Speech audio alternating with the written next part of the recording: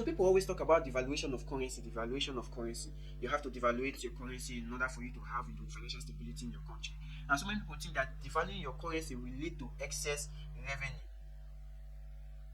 not knowing that devaluing your currency leads to chaos and reduce the purchasing power of the people. Now, Nigeria in recent times has devalued their currency on multiple occasions.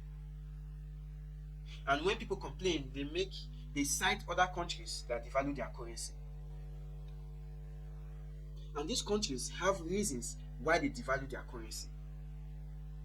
But when you ask Nigeria the reason why they devalue their currency, you keep hearing different statements that can't even be explained. Because devaluing your currency can either destabilize your economy or make your economy strong. Now, people cite the cases of Singapore, they cite the cases of China, who devalues its currency. They devalue their currency because they want their exports to be cheaper. Because China is an exporting nation, Singapore is an exporting nation, Nigeria is an importing nation. So how can you devalue your country that is surviving on importation and you claim to want to make the lives of the people better? Because when you devalue your currency that is dependent in exportation, now they will not need more money to export or to import their goods. They will not need more money to clear their goods from custom. So this is what the Nigerian state have been doing, and the IMF and World Bank, they have incorporated, with advising African nations to devalue their currency, knowing fully well that this country is not stable to back up its currency. There is nothing to back up their currency with. Nigeria is not exporting. Even the crude oil that the naira is supposed to be pegged on has been made worthless and useless to the Nigerian state. Because whatever a country has that it cannot utilize to its fullest, without interruption, is valueless and is useless to the stability of the Nigerian state or to the country in particular. So Nigerian crude has been made useless to the Nigerian people because why? They don't even get it at any point in time. So how can the naira be pegged to the crude when the crude is not being seen? The money is not being seen. We keep hearing oil theft day after day. Now I'll leave you with this short clip of the implications that devaluing this currency has on the Nigerian states. Lagos has been a state of multiple controversies, whereby demolition of houses has been a top priority of the Lagos state government. During this 8-year tenure of the Lagos state government, the number of houses that has been demolished is uncountable. And putting innocent citizens on the streets.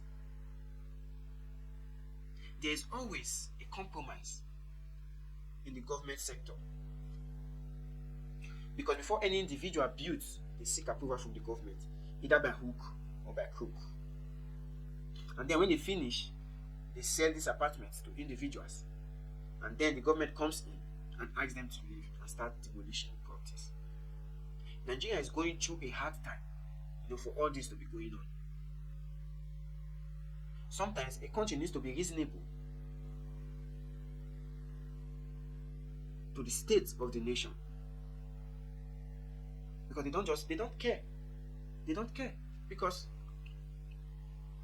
in as much as probably they've built or they bought houses built on government property, where is the human sympathy? Just the other day, when they demolish houses that they said is sitting on the canal, and it questions the innovativeness of these people, to be much more innovative than destroying the house of people. Countries are building underground drainage that houses are sitting on top. Most of the things we do in Nigeria, most of the things the government do, they get it from outside the country. They travel to the UK a lot. Traveling to UK is just like you are moving from one house to the other. They go to the UK a lot. UK has a massive numbers of underground drainages that houses are sitting on top.